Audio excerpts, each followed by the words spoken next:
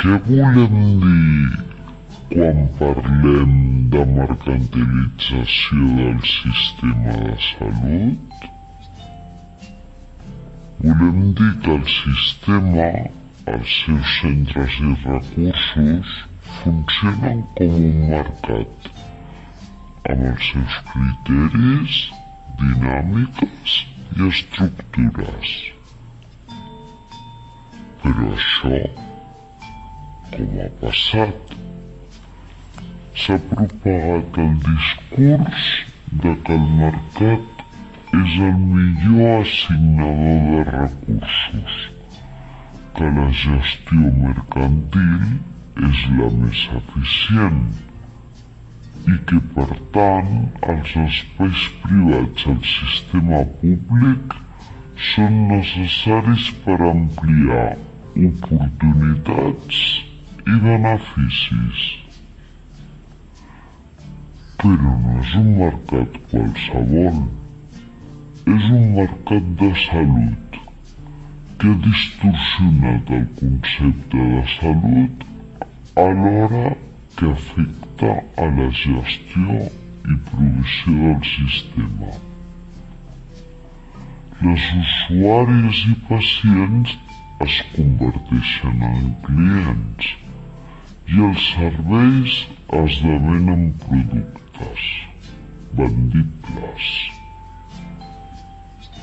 Aquest sistema mercantilitzat augmenta la parasitació privada d'allò públic, externalització de serveis auxiliars com bugaderia o cuina, diverses provisions de serveis per a empreses privades, derivacions a llits privats i una intensa proliferació de diverses entitats de salut de diferent titularitat i formes de gestió dintre d'allò públic.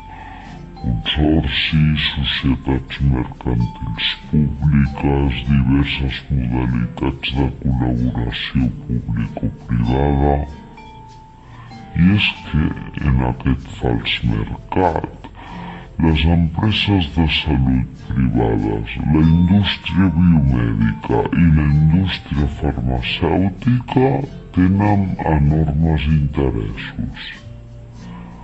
Aquest mercat provoca sistemes centrats en els àmbits hospitalaris, que són els que més diners mouen, centrats en les malalties i no en la salut ni en els seus determinants, que no són gens rendibles.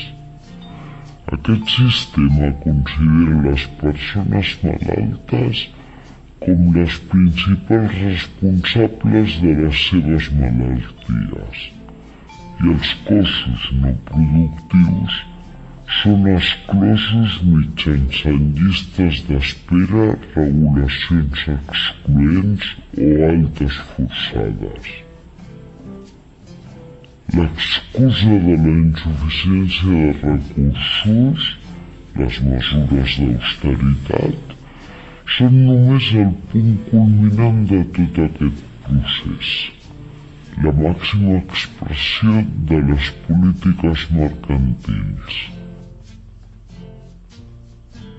El mercat ha penetrat les nostres vides, els nostres cossos i la nostra salut, apropiant-se dels nostres drets. És el moment de sortir al carrer, perquè no som mercaderies. El 7 d'abril mobilitza't, perquè la nostra salut està en venda i perquè l'atenció a la salut és el seu negoci.